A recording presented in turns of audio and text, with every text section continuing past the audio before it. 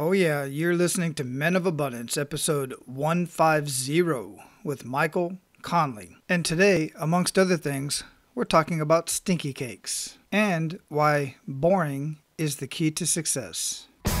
Welcome to Men of Abundance, the podcast for those looking to level up their lives by hanging out with some of the greatest leaders and established professionals in our community, living a life of integrity, honor, and the abundance mentality. Prepare to pay it forward with your host, former Army medic turned lifestyle entrepreneur, Wally Carmichael.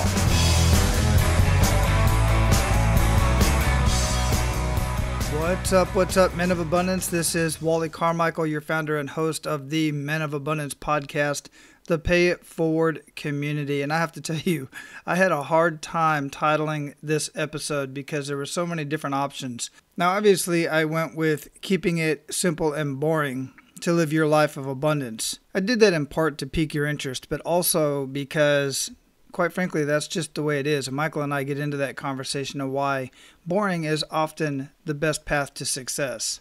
And I've heard this many times from many very successful people, just doing the same boring things over and over and over again to realize success in both your vocation or your business. It works either way. And as usual, I'll share more of my thoughts at the end of the conversation. Now, if you're brand new here and this is your first time tuning in to the Men of Abundance podcast, I want to personally welcome you to the Men of Abundance podcast. And if you're a man, I would also like to welcome you to the Men of Abundance community that is hosted on Facebook. Just go to menofabundance.com/members, or just click on the members only tab at the top of any one of the screens, any one of the pages at menofabundance.com. That is where we're having more in-depth, more deeper conversations about some of these topics that we talk about on Men of Abundance and anything else that you bring up. I look forward to seeing you over there and introducing you to the rest of the community. And I want to give all of you the opportunity to be abundant in your life today by paying it forward and sharing Men of Abundance with everybody that you come in contact with. I have done no paid advertising whatsoever,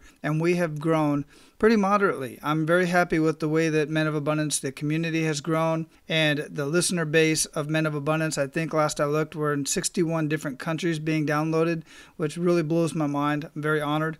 And I just want to get the word out and get the message out to more men and women, because about 40% of our listener base are women. So be abundant in your day today. Don't hold on to this information. Don't hold on to these conversations. Pay it forward by sharing it with everybody that you come in contact with. And if these conversations or the community is making any bit of difference in your life, I would greatly appreciate some feedback either on the website itself, in the community, or on iTunes, or whichever podcast player it is that you're listening to. Those ratings and reviews in themselves help people find Men of Abundance so that they too can get in on the conversation. All right, let's bring out our featured guest. Mychal Connolly is an entrepreneur and author who has written the best-selling item for CEA, his book, Launch and Stand Out. He was named one of the top 40 under 40 in Massachusetts Business West magazine. Mychal is one of the top entrepreneurs in his craft. He started his own business from the ground up. He knows what it means to motivate people to success. Mychal has been featured in Boston Herald, Black Enterprise, Inc., NPR, and Virgin. Men of Abundance, it is my honor to introduce you to Mychal Connolly. Mychal, welcome to Men of Abundance, man. How you doing? Good, man. Thank you so much for having me, brother. Appreciate it.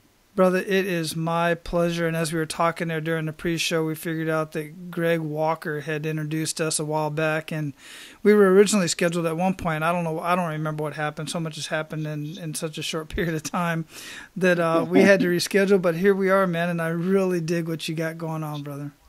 Thank you, man. Hey, nothing before it's time, man. Every time, hey, we think we're on time, but we don't. So this time is the right time. That right there is a mouthful. Absolutely 100%. So before we get too much into the show, I like to start out with an attitude of gratitude. What do you have to be grateful for today, Mychal? Man, you know what I realized a long time ago, and I'm talking like when I was a kid, man. You know, my grandmother, she lived across the street from an orphanage, and as a kid, man, I realized just another day of life is a blessing. Right? Mm-hmm. And if you start your day understanding that, hey, I got another day to get it right, you're already good, because hundreds of thousands of people didn't wake up this morning, man. So I always start with that. I'm just thankful to have another day to give it a shot. Man, that is for sure. And as of that, we're talking today, this is being recorded on the 2nd of October. And just last night, some people that I personally know, I'm not going to mention any names because it's too soon, were in Las Vegas in Mandalay Bay last night, and there was a mass shooting last night. And I have not read the reports this morning yet. I don't start my day out with stuff like that.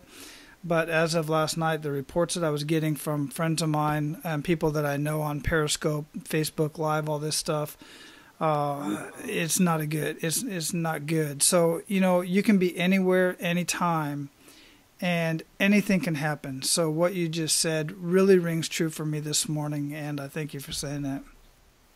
It's true, man. I feel sorry for those people. It's really sad what's going on in our world, but, one day at a time, man. Yeah, absolutely. And we can't let it stop us doing from what we want to do and keep rolling forward and adding value to other people's lives. It's true. So before we got started here, I talked a little bit about what you do, and we're definitely going to get much more into that because I absolutely dig. Literally, I don't know if you've ever termed it this way, but it's just in my mind, I term it a literal rags to riches story because, and we'll get more into that here in a minute, guys, but Mychal, here on Men of Abundance, we really like to get to know the person behind the abundance. And so what we'd like to do is get a little bit more personal. And let's hear a little bit more about who Mychal is, and we'll get more into what you do in your kick in the gut moment here in just a minute. Yeah, I mean, so like who I am, and I always tell people, man, like I'm an island boy.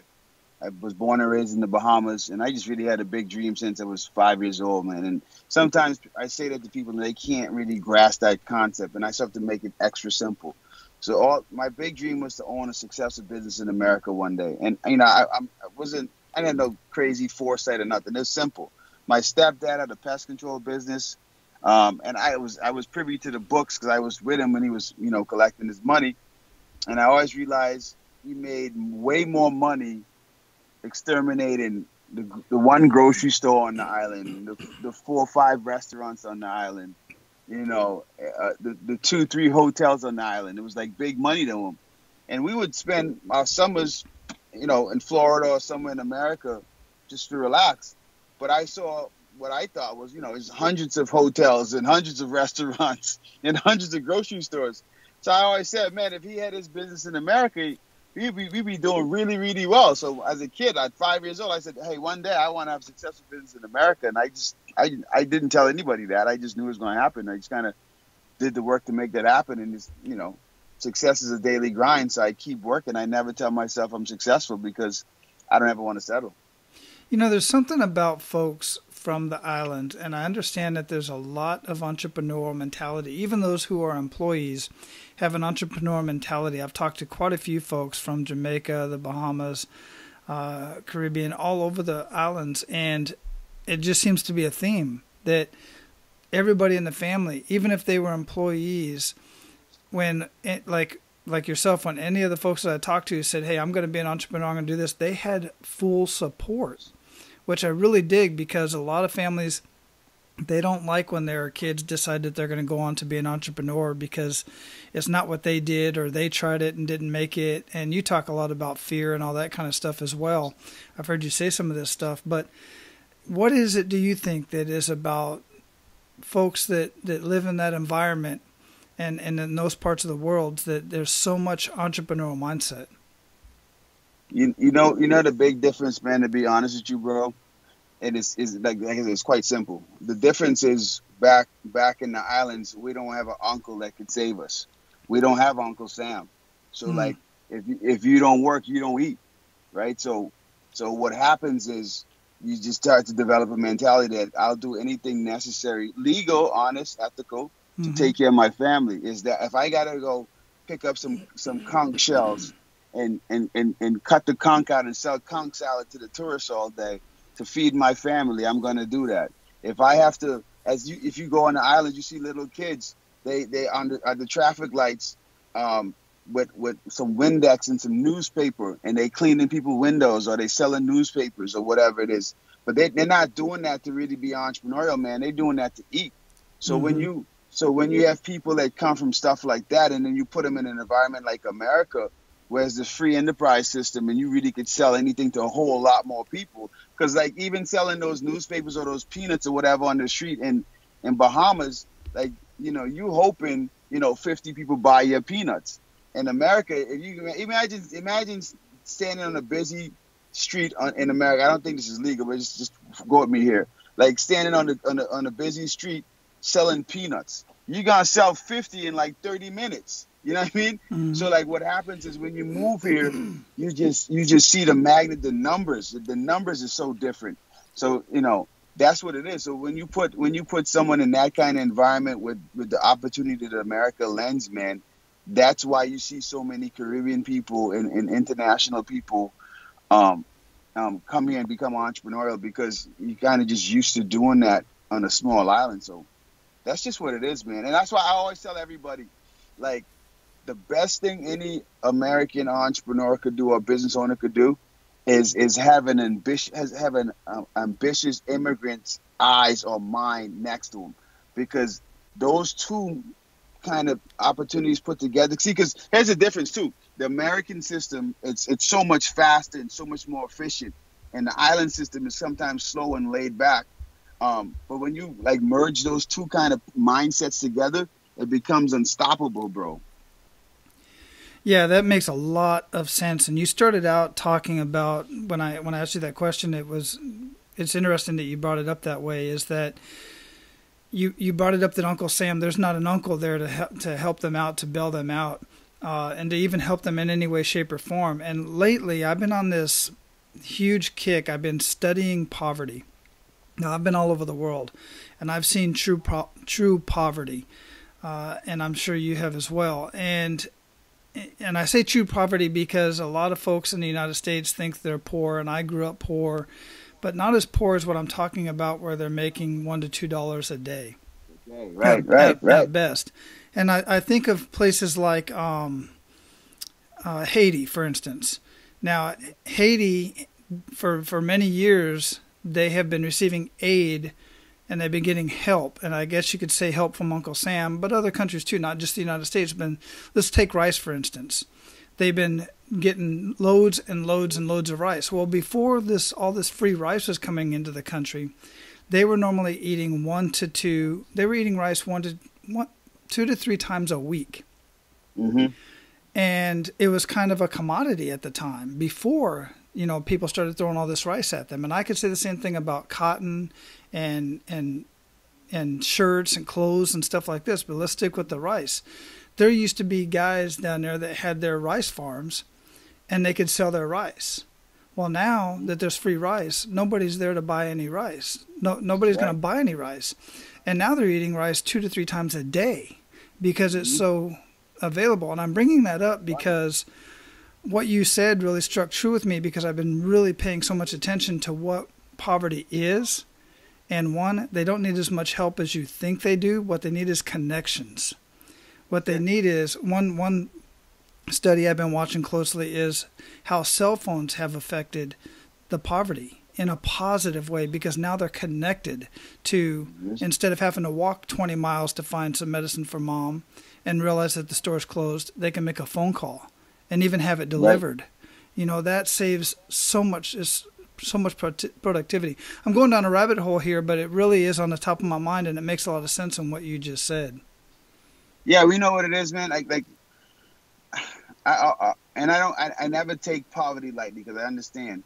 But when you have an abundance mindset, right, and you understand that you're in control of you, and this is why, like, even in my courses and everything that I teach, I always teach business in a simple way, because everybody always talks about, oh, I want to be a millionaire, I want to be a billionaire. Mm-hmm. And sometimes that's great. You have to have the big dream. You have to have the big goal.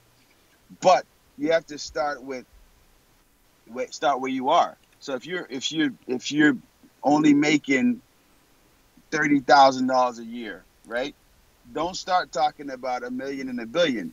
Start talking about, okay, how can I make $30,000 independent of a job? So like when you come from a place of poverty, the first thing you should be thinking about is how do I cover my expenses? How do I take care of the things that I need to take care of.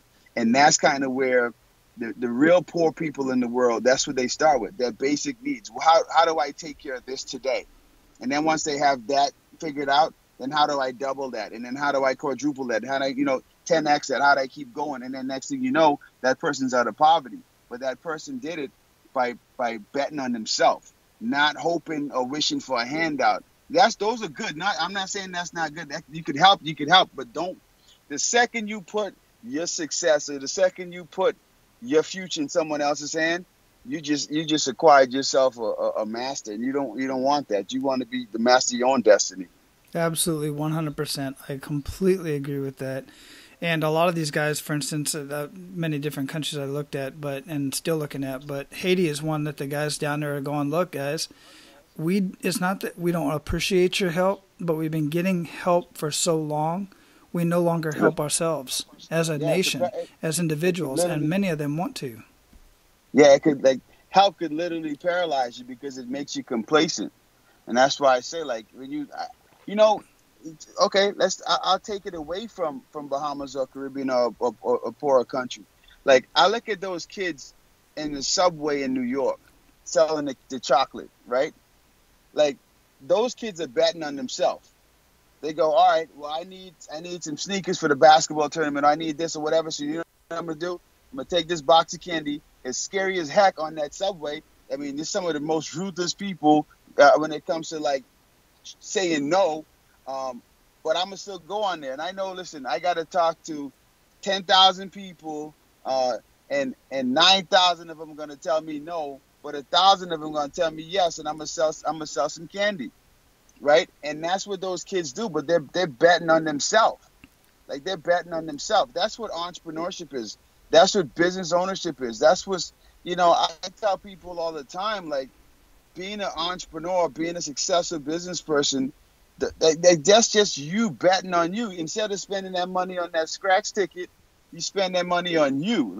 Just improve something daily and then make money. Yeah, and bringing up the candy story, I like that you brought that up because I saw a video, I think it was your auntie or somebody was talking about you, and your mom had a candy business, but wasn't doing the marketing for it, and you was bringing in all your friends and going out and making sure that business was thriving. Can you tell us a little bit more of that? I was digging that story. Yeah, that was my mom in the video. Okay. I know she looks super young, but that's my mom. Beautiful. My whole life, people would ask me, my mom's my sister. She loves it. So what happened with that was I was 9, and my grandmother, man, she would fly over to Florida because her sister lived in Florida, and she would go to BJ's and Costco, and literally she had what I thought as a kid, as a 9-year-old, was this room full of candy. It was limitless candy. So my grandma just had a sweet tooth, so the candy was for her. But she would come back with flavors of Nerds and this other stuff that we didn't have on the island yet. So I would just take it to school and give it to my friends. Yo, you got to try this one. This is it's a new thing. What I didn't realize was I was doing marketing. I didn't know it. But so the kids just kind of they kept coming to me for candy, and I was and I always say I wish this part of the story was cooler, but I got so tired of these kids asking me for candy that I was being a jerk, and I was one day I was you know what, I'm gonna get them to stop asking me. So I said, hey, I sell it now, and I thought that was gonna get them to leave me alone. But thankfully the first set of kids were okay, well, how much? Now, so the pack of the Nerds said 50 cents, so I said $1. And they started giving me money. So I was whoa, I have something here. So my first business decision was to tell these people I sold out. And the reason I did that was because I knew they had little brothers and little sisters. So instead of making $1, $2 at school, I was making $3, $4, $5 at the house. And my grandmother had no idea this was going on. So I did the work, and every piece of candy that she had, I wrote it on the list. And I doubled the price because I knew eventually she was going to be like, Mike, where's my candy going? So one day, and Wally, what I would do was I would sit by the window and watch the kids come towards the house, and I would just run out to them and selling the candy outside, and I would come back in and get what they want and go back outside. You know, so they didn't know. They thought I was just playing with my friends or whatever. And then, so I said, okay, I wrote the sign up, and I was like, this is my big moment. I was like, either my grandmother's going to become my business partner or my candy business is done. So I did all the work and made it easy for her to say yes. So one of the kids came knocking at the door and said to me, reaching him outside. And my grandmother, I was playing like I was sick. So my grandmother says, oh, Mike's not coming outside today. He's sick. So the kid looked at her like she was speaking a different language. She's like, no, Mike, no, I'm here to buy candy. And she was like, buy candy? So when she had walked by me, I kind of slipped her the sign like it was a baton, right? She didn't know what it was. She probably thought I wrote her a note or something. I said, Grandma, look at the sign. So she pulls out the sign, and she realized I did all the work. So my heart's racing like, do. So when I saw her go and get the kid what she wanted, I knew he was good. And my grandmother, that's how we started our business. And she ran that candy company until 2005 when she passed away, man. Like 2 years later, when I was 11, she left her job as a waitress because she was making way more money selling candies to the kids in the neighborhood. Like, as I said, like 2005. It was like, I don't know, 20-something years later, she was still selling candy. Man, that is a much better story than I even thought. That is amazing. I absolutely love that. That is so cool. I just love it, man. That's freaking amazing. So right now we're going to get into Mr. Stinky Cakes here in a minute, because that's I can't wait to hear more about that, because I know a little bit about it, but I can't wait to hear more about that. But before we do, along the way, I know that you've done so many amazing things, and that's just an amazing story, and there's others as well. But I know you've had some kick in the gut moments. Everybody does. Especially those of us who are moving forward and trying to make things happen in our lives and other people's lives for that matter. So if you would, share one of those kick in the gut moments with us and really make us feel that. Yeah, man, I had quite a few, man. But, you know, the biggest one, well, I'll tell you two of them, and I probably think of more because they always come. But the first one, man, believe it or not, was when my parents got divorced, man. Like my stepdad and my mother, like, this was my family. That's all I knew. Like, you know, we were a big family, warm, loving family. And it almost seemed like out of nowhere, man, they got divorced. You know, my stepdad had some stuff going on, crushed my mom's heart, whatever. And, you know, and you're 15, 16, you know, A-B student, getting ready to, you know, move to go to college, you know, and you have your whole thing planned out. And then there's this divorce, and then you like, now mom can't do it on one. Mom can't do it on one income, man. You don't know what's. This is always hard for me to talk. Like, you don't know if you don't know where the meals are coming from. You don't know where nothing's coming from, bro. My senior year in high school, man. Like I was a kid. Like, I never really wanted anything, Wally. So if I wanted to, my mom would always get it for me. So I always got like video games first, and, you know, Nintendo and Sega Genesis, all that stuff. And I was always one of the first kids in Freeport, Grand Bahama that had the new Jordans. Like, Jordans used to come out like October 31st, something like that. And my mother, she used to work at a travel agency, so she used to get these tickets, and she would fly over to Florida, you know, grab a pair of Jordans for me that Saturday. I'll be able to wear them to school on Monday. And like, everyone's like, yo, Mike, I see the Jordans. That was me. And so I go from having that kind of lifestyle. Not that we were wealthy, like I said. It's just that I never wanted anything. All I ever wanted for the year was the two pairs of Jordans. But I go from having that option to, like, my senior year in high school, I had to wear the same uniform from the year before. Like, we couldn't afford it. Like, it was like money was super tight.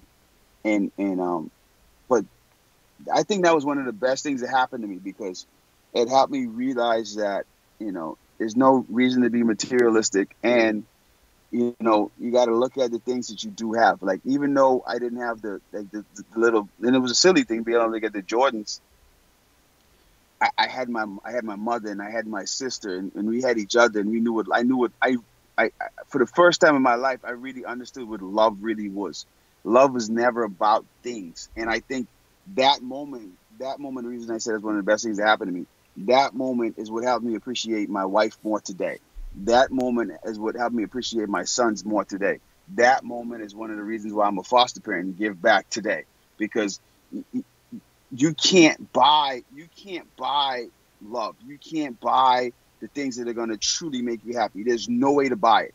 There's no way to buy it. There's a lot of people driving around in Lamborghinis and Ferraris, and they look to the right of them, and there's an empty seat, or they look to the right of them, and they don't know if that person really loves them. Like that moment where after the divorce, like everything was gone, man. I thought I could, like, for a long time, like it's good, and even now, like my relationships with people right now, like there's always somewhat of like a reservedness, as open as I am. It's always like, okay, this relationship could end because of that divorce thing. But that was a kick in, the divorce was a kick in the gut, man. But like I said, every negative, quote unquote negative, always brings a positive. So you have to look for the positive. And then the second one was when my business Stinky Cakes was rocking, man. We was doing really well, and then I ended up in the ICU because I wasn't taking care of my body. So I ended up high blood pressure, high cholesterol, diabetes. My blood sugar was like almost 600. I was about to be in a diabetic coma, crazy stuff. And then that lesson taught me time is the most valuable commodity. Because my biggest dream is, and I should say at the time was, which I'm living now, but was to be like the next Kaufman and just teach entrepreneurship and spread entrepreneurship all over the world. And when I was in the ICU, I realized, like, bro, this is my dream. I was gonna do this in my 60s. So my mind was like, bro, if you're gonna teach people entrepreneurship, man, you better do it now, because 60 is not guaranteed. And that's when I kind of put my main business, Stinky Cakes, on the back burner a little bit. And I took a job at this place called Job Corps, where, it's young men and women 16 to 24. So my whole thing was, well, yeah, I'm going to just go in here and I'm going to teach these young, because with Stinky Cakes, we were delivering a lot of baby gifts to a lot of, single moms. And it was kind of bothering me. So I was like, oh, I'm going to go teach these guys how to be men, take care of their responsibilities, which I did. But they started Googling me, and they go, hey, mister, why don't you teach us how to do this business stuff? You own a business. Why don't you teach us business? And that kick in the gut moment from me sitting in the ICU saying, bro, if you're going to help, go help. That's what spiraled into me writing a book, Launch and Stand Out, which turned into launchandstandout.com, where I teach people, what turned into me, the public speaking, the consulting, the marketing agency, all of this stuff spun off from that kick, that kick in the gut moment. That's why I always say, like, every negative brings a positive, man. It has to. And when you're going through the negativity or going through that hell, so to speak, you don't want to hear no one telling you anything but something good's gonna come out of it. But you just gotta look for the good thing and then just flip it. Yeah, it's a very good point. All of those experiences, so many, experiences happen to us, happen for us, not to us. I get that backwards sometimes because I'm dyslexic. But those experiences happen for us, not to us, and it doesn't seem like it at the time, but like you just said, but absolutely, it definitely came out in the long run. And that's one of the reasons why I started this whole Men of Abundance community and this podcast is exactly that. Don't wait to do the things that you want to do. Realize that you have the capability within yourself to do it today. And because there's so many people out there, Mychal, as you know, that they waited their whole lives to do that, to do whatever it is that they wanted to do, to go help other people, to live this particular lifestyle, to live in this particular part of the world, only taking that to their grave. And having never lived that because they were waiting on enough income, they were waiting on the right relationship, it was spring, it was too beautiful to do anything about it today, whatever. The excuses go on. And we're just saying, guys, just do it. Figure out a way to do it and do it. So I dig it, and I love that story. And it doesn't have to be perfect, man. It doesn't have to be ugly. Because to be honest with you, it only looks perfect, like, after it's done, and the reporters are telling the story. Like, they make it look like it's when the reporter writes about you and you read it, you go, man, yeah, that sounded like it was easy. Yeah. And it's not going to be perfect. There's the clue. It's not going to be perfect. It's simply not.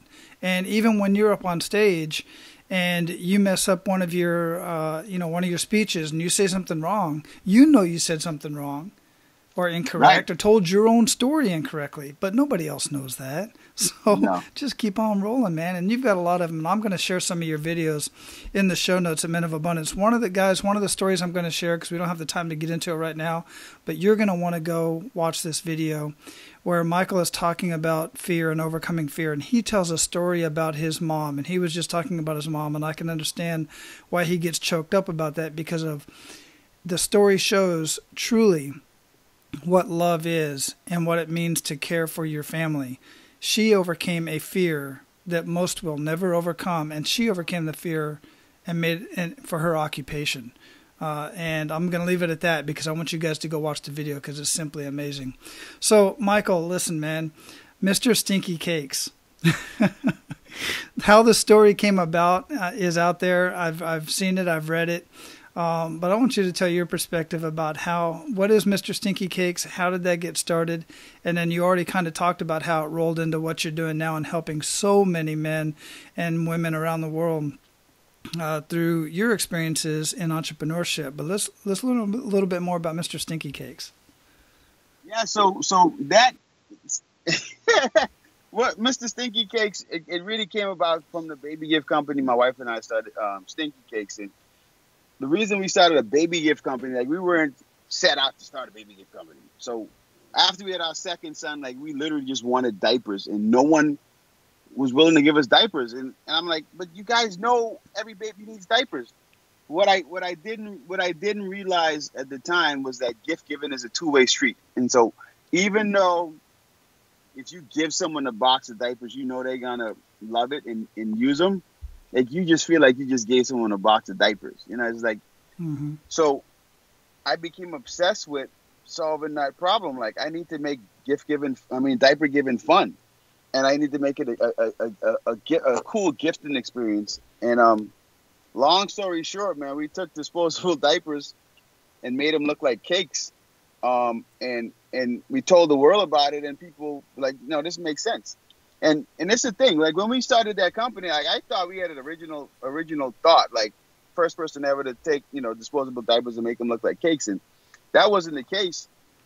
But like, what I did think about was, well, Apple, this was when the iPhone was like new.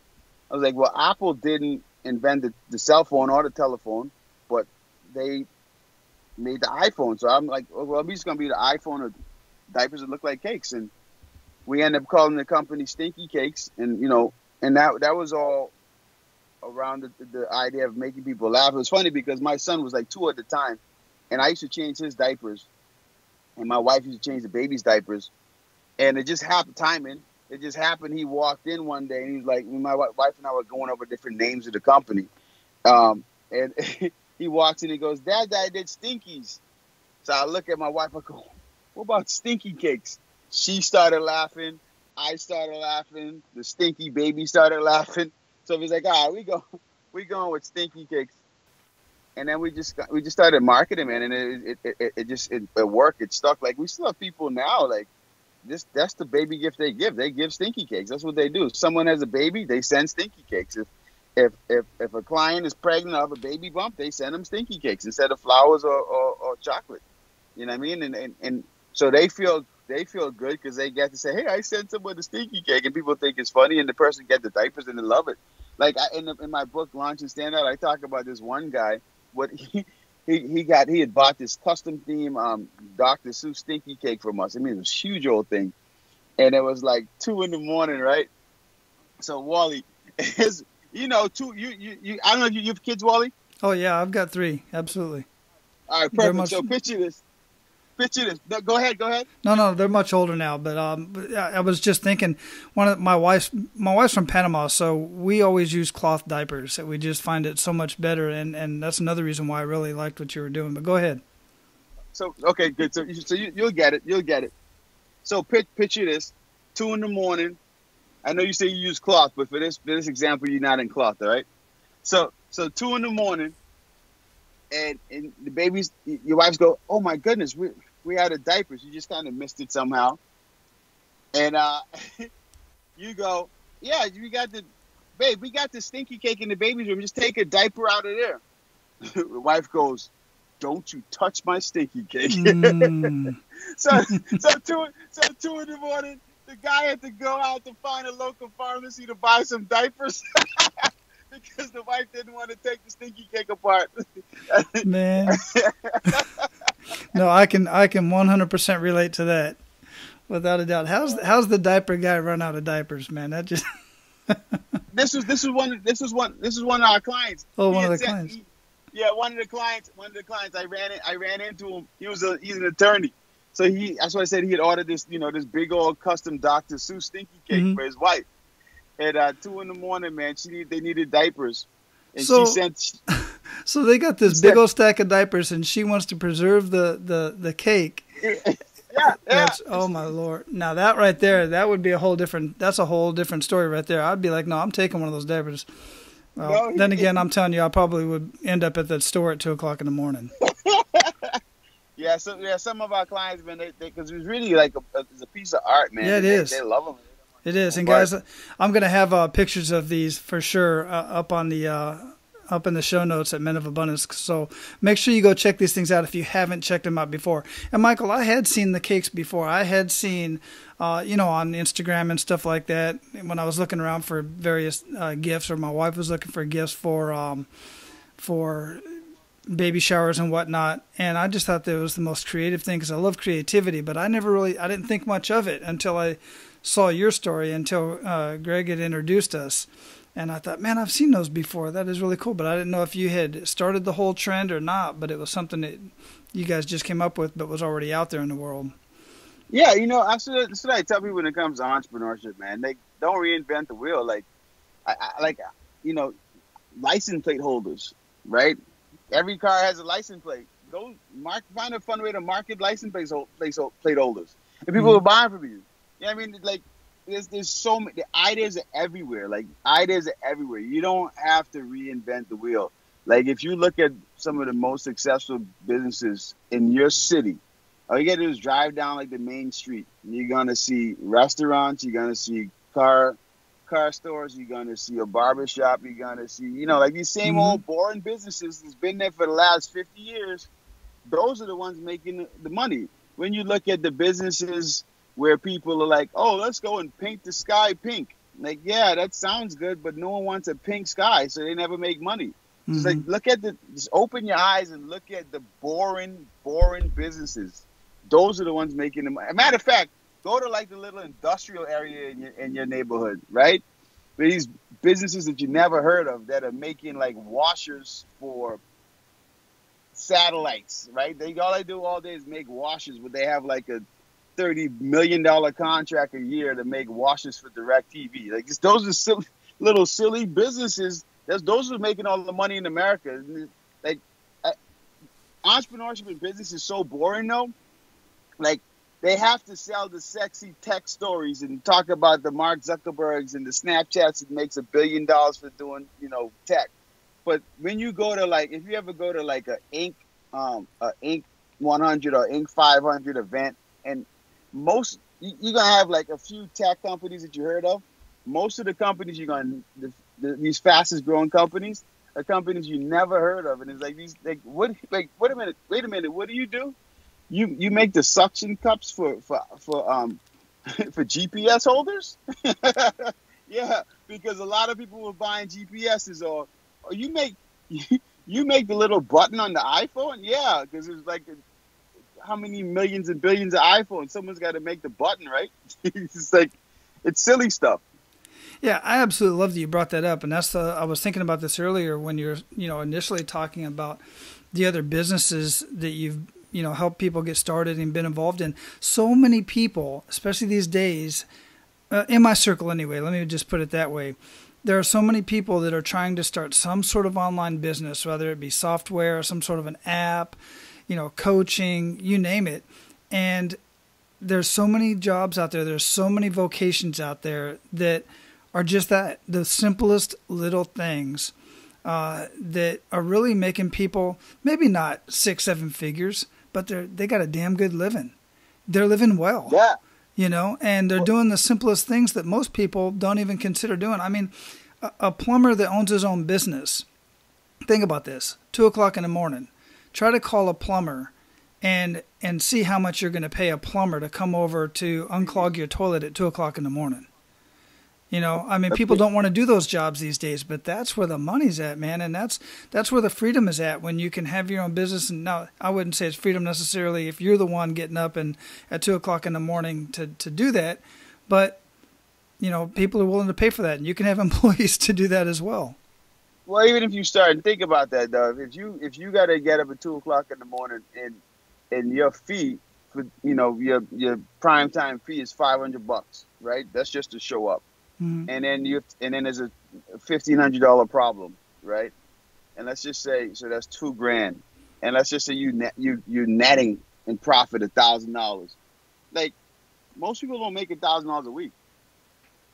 Exactly. Like most, you know what I mean? And that was just from 2 in the morning to 9:30, right? So that person don't even work the rest of the day.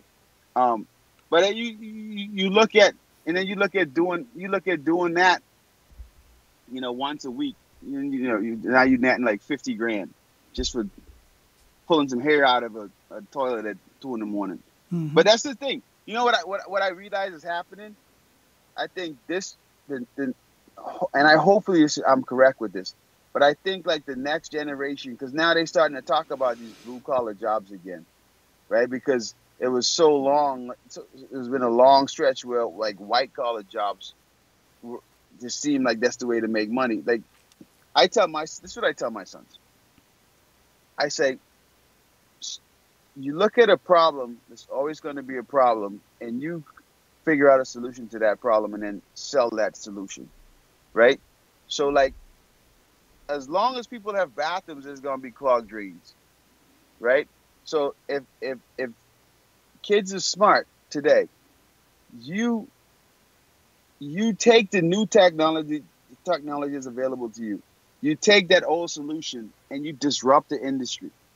So if you look at Uber, or if you look at, let's just use Uber as an example. Like the taxi industry, the transportation industry has been around since horse and carriage, right? Or probably even before that. Like I would go as far back as horse and carriage. But no one's ever put an app to that so you could go, hey, you need a horse and carriage at 9 o'clock? All right, in this area, request one. Now the horse and carriage comes and it takes you to where you want to go. And the person that has that technology, they get paid. The person driving the horse gets paid. And the person that wants to get from point A to point B in that horse and carriage got the ride. That's Uber. If Uber happened, if the technology was available when people were taking horses and carriages. So like that problem's not ever going away. People are always going to want rides places.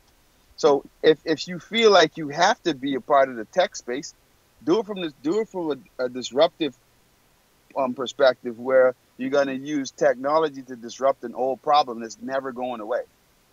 Yeah, absolutely. And staying on that idea, even when there is somebody, like you were saying earlier, there's somebody that's already doing what you want to do. Let's take a barbershop, for instance. We'll go between a barbershop and a jewelry store.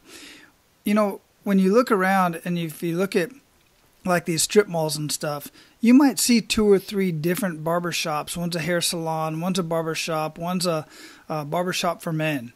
But you'll see these clusters. You'll see clusters of jewelry stores. You'll see clusters of barbershops. You'll see clusters of coffee shops. And you wonder, how can they all stay in business if they're all doing the same business in the same area? Well, that's a trend. They stay in the area because they know that's where the customers are coming to get that service, to get that product. And they have a choice. The only difference between most of them, once in a while, is a little price, $1 here or there, whatever. But it's who they resonate with. It's the type of people that they want to do business with. And the people that don't want to do business with you are going to do business with the next door neighbor, and back and forth. It goes back and forth. So I say, don't let that intimidate you. Let that know that there's proof of concept. People in that area want that service. They want those products. Just go out there and be a little bit different. It's not even that you have to be a whole lot better. No, competition is a key indicator of a successful market. Like, And when you look up and you see a Dunkin' Donuts and down the street you see a Starbucks, that means you're right. A lot of people around there drink coffee. Some people like to just grab their newspaper and their work boots and jeans and drink their coffee. And some people like to have their suit and tie on and sit down and lounge and drink their coffee. And that's the difference between Dunkin' Donuts and Starbucks. You know what I mean? Absolutely. You're going to attract a different target market. And like, there's an abundance of opportunity for the prepared mind. So like whatever you see is what you get. If you see opportunity, there's opportunity. If you see no room for opportunity, then you're not gonna see it. It goes back to that old story when the shoe company sent a sales rep to the third world country. He gets there and he's furious, and he picks up the phone and he calls his superiors and go, you guys sent me here to fail. No one here wears sneakers. I quit. This is the dumbest company ever. I don't want nothing to do with you guys. So the company sends another guy out. He gets there and he's excited. He's beyond excited. He calls his superiors, oh my goodness, guys, send me as many sneakers as possible. No one here wears sneakers. There's an abundance of opportunity here. Mm-hmm. So that guy goes on to become the top selling sneaker rep in the company because he had a wide open market. Exactly. Right? So you see what you're prepared to see. Yeah, absolutely love it. And I love that what you said, that abundance is there for the prepared mind. Absolutely love that. And I'm going to be quoting that and tagging your name to it because I love it. So, man, we've been talking for over 40 minutes already, and I can just keep on going, man. But we got to get into the pay it forward round. You ready for that? Yes, I am. All right, man. So share with our abundant leaders 1 to 3 actionable steps that they can take today. Number 1 is just go. Number 2 is when you're about to go and your brain tells you, oh, we can't do that. Tell your brain to shut up and watch me. And then number 3 is just believe in yourself, man, because my whole mission is to get people to believe in themselves enough to take action. So that's it. Like if you do those things, listen, you can't fail unless you stop. Right? So you learn something, you implement it, you execute, you repeat, you succeed. It's a process. That's how you learn to walk. That's how you learn to tie your shoes. That's how you learn to do. That's how you did everything. It's a process. So go start that process on something. Yep, do it over and over again. What daily habits make the biggest impact in your life, Mychal? To be honest, man, it goes back to just wait when I wake up, like how I started the show, man. Just being thankful I have another day to get to go at it. Like when you start from a space of gratitude, understanding that the true gift is life itself, then you just go, because nothing else really matters, man. If you don't wake up, everything you was planning on doing is irrelevant. If you wake up, you got a chance to go out and do it. So just go do it. Wonderful. So what are you reading or listening to now that you'd recommend to our abundant leaders, and why? So the book I always recommend to people to read is Think and Grow Rich. Think and Grow Rich by Napoleon Hill. Classic. Because I was introduced to that book maybe 15 years ago. But it's funny because my best friend from kindergarten days, we ended up going all the way up to actually we actually graduated school together. But he told me, like when we were in preschool, he believes the lady had us listening to Think and Grow Rich, and I was like, bro, I think you're crazy, but I believe you because for some reason I know this stuff in this book, and I don't know why. But that's it's a great book, man. It helps you. It helps you move forward, and it helps you understand, thoughts and how thoughts become things and how you just move. And, it's a great book, Think and Grow Rich. It really is a great book. And listen, guys, I've said this a couple times. Many of these books that have the words wealth, rich, millionaire, so many people won't pick them up because of their beliefs and their constraints about money and about being wealthy and about being rich and your definition of it. Every single one of these books that I've ever personally picked up and read from many different authors, specifically this one, it's more about mindset. There's a lot of, if you will, there's a lot of biblical terms and biblical knowledge that's in these books. And I believe that the titles of these books are written like that to attract a certain group of people, but there are so many other people that need to pick up these books and read them because it really is about perseverance and adding value to other people's lives. That's what I see in these books, especially after I've read like Think and Grow Rich multiple times and have my kids reading them as well. So thanks for recommending that, and thanks for pointing that out. I appreciate it. You're welcome. But yeah, it's definitely a mindset book. Absolutely. Definitely a mindset book. Yeah. It's like Jim Rohn said many times, don't strive to become a millionaire for the dollar figure. Strive to become a millionaire because of who you have to become along the way. That's it.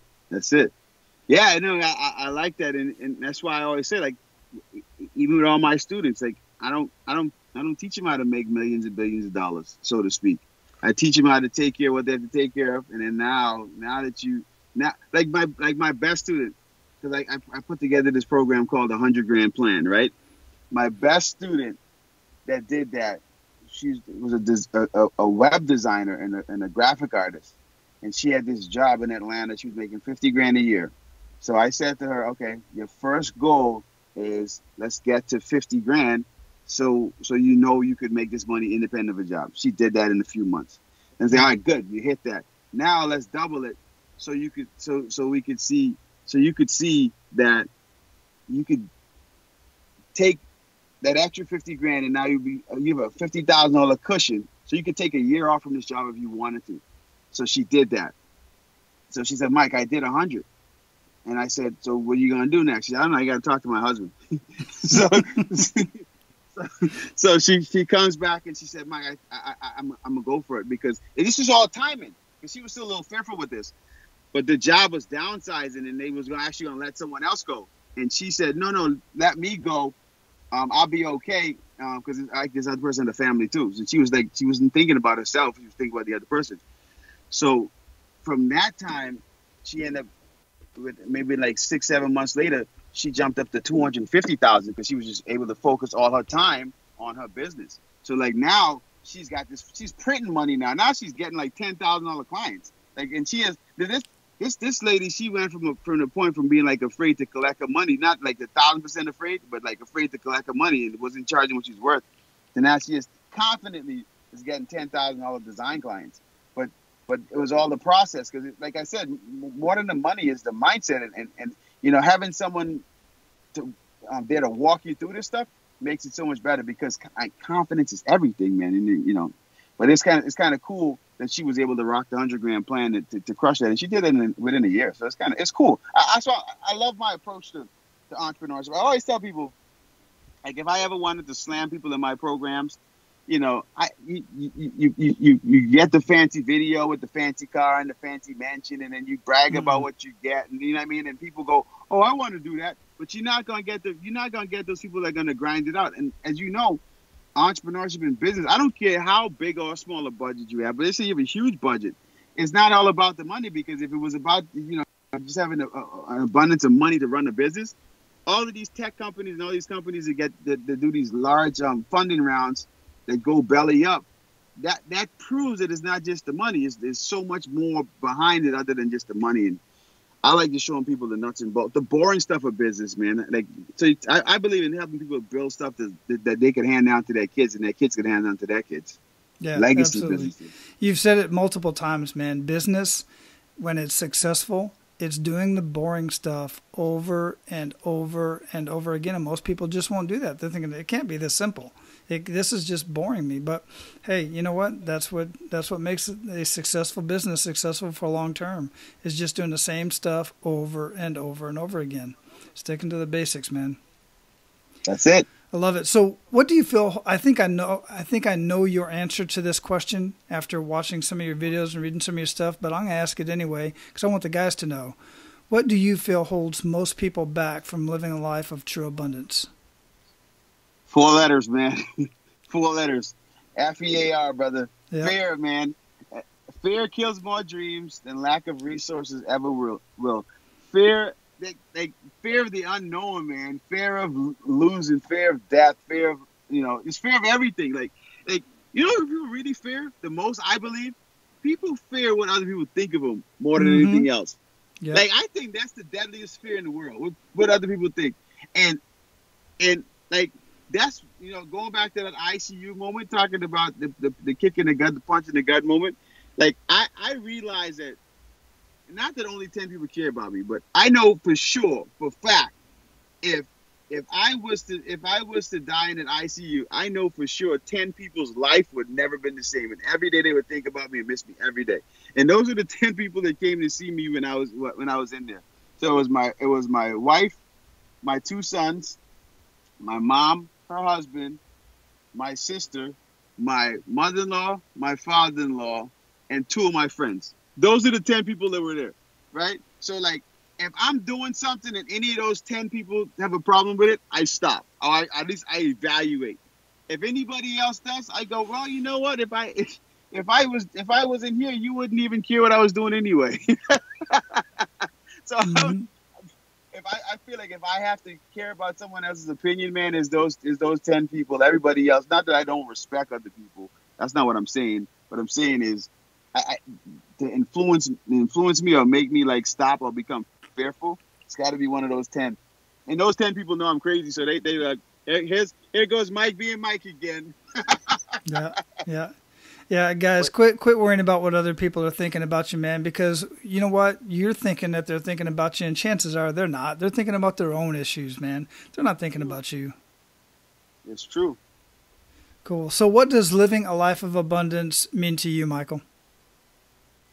Man, to be honest, bro, it's all about family, man. Being able to do stuff with your family and time freedom more than anything else. Having time, like, you know, like a lot of people think it's money, but it's not money because like I know a lot of sad millionaires. I know a couple lonely billionaires. It's easy to say, and that's the thing. This is why I always challenge people, like, what you think you want to be, go hang with some people like that. Go see what that really is. Because you may realize that you really got a good life already. So abundance is, to me, man, is time and being able to spend time with people that you want to be around whenever you want. Abundance is being able to help your community. Abundance is being able to be free and appreciate life, man. Abundance is happiness. You know, it's in all these things that life affords you to indulge in with people that you want. So, in a nutshell, it's time, it's people, it's love, it's happiness. That's abundance to me. Outstanding. Mychal, we are going to have your websites, MrStinkyCakes.com, and we're going to have launchandstandout.com. You've got your book out there. We're going to have all that stuff linked up in the show notes. But before I let you go, what did we not talk about today that you'd like to ensure that our abundant leaders get out of our conversation?